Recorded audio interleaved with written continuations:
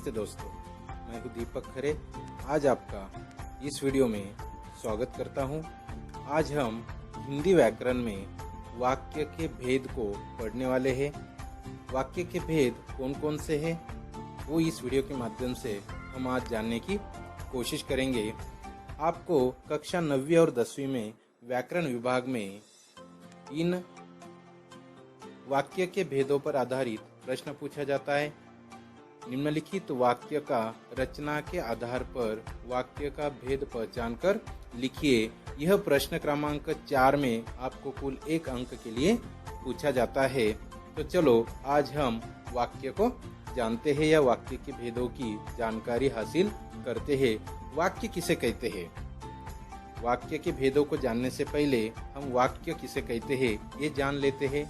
शब्दों के अर्थपूर्ण समूहों को वाक्य कहते हैं।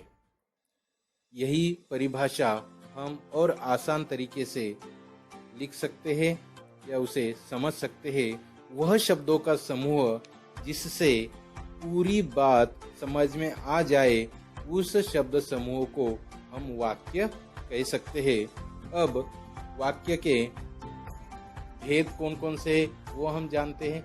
वाक्य के मुख्य 2 भेद हैं: रचना के आधार पर वाक्य के प्रकार और अर्थ के आधार पर वाक्य के प्रकार। इस वीडियो में आज हम रचना के आधार पर वाक्य के कौन कौन से प्रकार है ये हम जानने की कोशिश करेंगे। रचना के आधार पर वाक्य के कुल 3 भेद है। पहला भेद है सरल वाक्य, दूसरा भेद है संयुक्त वाक्य और तीसरा भेद है मिश्र वाक्य। अब हम एक एक करके इन वाक्यों के प्रकारों को यहाँ पर समझने की कोशिश करते हैं। पहला प्रकार है सरल वाक्य। जिन वाक्य में एक ही मुख्य क्रिया होती है और एक ही कर्ता होता है वे साधारण या सरल वाक्य कहलाते हैं। यानी जिस वाक्य में एक ही मुख्य क्रिया हो उस वाक्य को हम सरल वाक्य कह सकते हैं। जैसे यह लड़का है, यहाँ पर यह लड़का है वहाँ पर क्रिया का रूप दिखाई देता है। दूसरा उदाहरण है राजेश खाना खाता है। खाता है एक ही मुख्य क्रिया है। राजेश दिल्ली जा रहा था, इस वाक्य में जा रहा था ये एक ही मुख्य क्रिया है। राजू दवा पिए जा रहा था, इस वाक्य में भी जाना ही मुख्य क्रिया है। जा रहा था ये तीनों शब्द वहाँ पर एक ही मुख्य क्रिया को वहाँ पर प्रस्तुत कर रहे हैं। सरल वाक्य को और थोड़े विस्तार से हम वहाँ पर जानने की कोशिश करते हैं। जैसे हमने पहले परिभाषा में देखा कि इस वाक्य में एक ही मुख्य क्रिया होती है। और दूसरा एक मुद्दा है मुख्य क्रिया के लिए अनेक पदों का प्रयोग किया जा सकता है। भले उस वाक्य में एक ही मुख्य क्रिया है पर मुख्य क्रिया को दर्शाने के लिए अनेक पदों का या अनेक शब्दों का प्रयोग हो सकता है। किस प्रकार? यह लड़का नाच नाच कर गाएगा। वहाँ पर हमें नाचना और गाना दोनों क्रिया दिखाई दे रही है, पर यह लड़का नाच नाच कर गाएगा, गाएगा मुख्य क्रिया है और वाक्य पूर्ण उस गाएगा शब्द से ही हो रहा है। इसीलिए वहाँ पर गाएगा ये मुख्य क्रिया वहाँ पर प्रस्तुत हो रही है, इसलिए ये वाक्य भी वहाँ पर सरल वाक्य कहलाएगा। राजेश पढ़ता चला जा रहा था, चला जा रहा था ये वहाँ पर अलग अलग शब्द दिए गए हैं या ये चारों पद वहाँ पर मुख्य क्रिया को ही दर्शाते हैं, इसलिए ये सरल वाक्य है। राजेश दवा खाकर दिल्ली जा रहा था, जा रहा था ये तीनों पद वहाँ पर मुख्य क्रिया को ही प्रस्तुत कर रहे हैं, इसलिए ये भी सरल वाक्य वहाँ पर कहलाएगा। राजू हंसकर, मुस्कुराकर, गाकर सबका दिल जीत लेता है, दिल जीत लेता था। ये जो 4 शब्द है ये चारों शब्द वहाँ पर मुख्य क्रिया को ही प्रस्तुत कर रहे, इसलिए यह वाक्य भी सरल वाक्य वहाँ पर कहलाएगा। अब रचना के आधार पर वाक्य का दूसरा प्रकार है संयुक्त वाक्य। संयुक्त वाक्य किसे कहते हैं? संयुक्त वाक्य मतलब 2 या 2 से अधिक सरल वाक्य किसी एक शब्द से जोड़े जाते हैं तब वह वाक्य संयुक्त वाक्य कहलाता है। यानी दो या दो से अधिक संयुक्त वाक्य किसी शब्द से जोड़कर लिखे जाते हैं तब वहाँ पर वो संयुक्त वाक्य बन जाता है। अब संयुक्त वाक्य बनाने के लिए कौन कौन से शब्द का प्रयोग किया जाता है? और, परंतु, इसलिए, क्योंकि, अथवा, वा, किंतु, ऐसे कई प्रकार के शब्द हैं जो दो या दो से अधिक सरल वाक्य को एक साथ जोड़कर लिख सकते हैं और उन्हीं शब्दों को हम समुच्चय बोधक अव्यय भी कहते हैं। अब उदाहरण देखते हैं। रात हुई और तारे निकले और शब्द से वहां पर दो सरल वाक्यों को जोड़ा गया है। रात हुई इस वाक्य को भी अपना अर्थ है, तारे निकले इस वाक्य को भी अपना अर्थ है और शब्द से दो वाक्यों को वहां पर जोड़ा गया है। आज बारिश थी इसीलिए मैंने छाता लाया। इसीलिए शब्द से दो वाक्य वहां पर जोड़े गए हैं। आज बारिश थी ये अलग वाक्य, इसे अपना खुद का एक अर्थ है। मैंने छाता लाया इस वाक्य को भी अपना अर्थ है। इन दो वाक्यों को इसीलिए शब्द के माध्यम से जोड़ा गया है। मैं दिल्ली जाऊंगा या मुंबई जाऊंगा। मैं दिल्ली जाऊंगा इस वाक्य को भी अपना अर्थ है। मुंबई जाऊंगा इस वाक्य को भी अपना अर्थ है। या शब्द से वहां पर दो वाक्यों को जोड़ा गया है। बरसात आ गई वरना जीत जाता।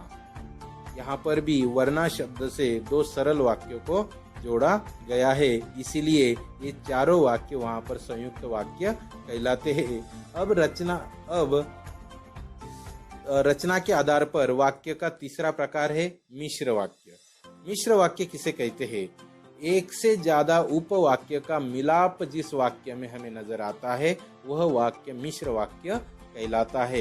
एक से ज्यादा उपवाक्यों का मिलाप जिस वाक्य में नजर आता है वह वाक्य मिश्र वाक्य कहलाता है। इस वाक्य में कई बार एक मुख्य वाक्य भी नजर आता है। अब यहाँ पर उपवाक्य किस शब्द से जोड़े जाते हैं? कौन कौन से शब्द है जिनके द्वारा उपवाक्यों को जोड़ा जाता है? कि, जो, वह, जिसे, उसे, ऐसा, जो, वही, जिसे, जैसा, तैसा, ऐसे कई प्रकार के शब्द है। उन शब्दों के माध्यम से उपवाक्यों को आपस में जोड़ा जाता है और उनको एक उचित अर्थ प्रदान किया जाता है। अब हम उदाहरण देखते हैं। शिक्षक ने कहा कि कल छुट्टी है। शिक्षक ने कहा, यह अलग वाक्य है। कल छुट्टी है, यह अलग वाक्य है। दोनों भी उपवाक्य है। यहाँ पर मुख्य वाक्य नजर नहीं आता है। शिक्षक ने कहा, क्या कहा पता नहीं चल रहा है, मतलब वो उपवाक्य है। कल छुट्टी है, किसे छुट्टी है, किसने छुट्टी दी है, कुछ पता नहीं चल रहा है। ये भी एक उपवाक्य की शब्द से जोड़ा गया है। शिक्षक ने कहा कि कल छुट्टी है। दोनों उपवाक्यों को एक शब्द से जोड़ने के उपरांत वहां पर उस वाक्य को एक अर्थ प्राप्त होता है। राजेश जो नगर में रहता है वह मेरा मित्र है। यहाँ पर भी दो उपवाक्यों को दो शब्द से जोड़ा गया है, जो और वह। ये शब्द द्वारा वहां पर इन वाक्यों को जोड़ा गया है। हिरण ही एक ऐसा पशु है जो बहुत सुंदर है। वहां पर जो शब्द से दो उपवाक्य को जोड़ा गया है, हिरण ही एक ऐसा पशु है। हिरण ही एक ऐसा पशु है, कैसा ये बताना अभी बाकी है। जो बहुत सुंदर है। वहां पर दो उपवाक्यों को जो शब्द से जोड़ा गया है। तुम वहां चले जाओ जहां कल मैं तुम्हें मिला था। तुम वहां चले जाओ। तुम वहां चले जाओ कहाँ? जहां कल मैं तुम्हें मिला था। दो उपवाक्यों को वहां पर वहां और जहां शब्द से जोड़ा गया है। ऐसी बरसात आई कि सब बह गया। की शब्द से वहां पर दो वाक्य जोड़े गए। ऐसी बरसात आई, कैसी बरसात आई ये बताना अभी बाकी है। ऐसी बरसात आई कि सब बह गया। यानी ऐसे या इस प्रकार के वाक्य को हम मिश्र वाक्य या मिश्रित वाक्य के नाम से भी इसे पहचाना जाता है। यानी अब तक हमने देखे कि सरल वाक्य, संयुक्त वाक्य और मिश्र वाक्य, ये तीनों भी रचना के आधार पर वाक्य के प्रकार है। इन प्रकारों को हमने अब तक जाना है। रचना के आधार पर वाक्य के प्रकार, रचना मतलब बनावट, यानी वाक्य किस प्रकार से बनाया गया है, उस आधार पर जो वाक्य के अलग अलग भेद या अलग अलग प्रकार बनते हैं, उसे आज हमने इस वीडियो के माध्यम से पढ़ने की कोशिश की है। अब हमें रचना के आधार पर वाक्य के प्रकार समझ में आए होंगे, इसमें हमें कोई दिक्कत नहीं आएगी, ऐसी मैं आशा करता हूँ। धन्यवाद।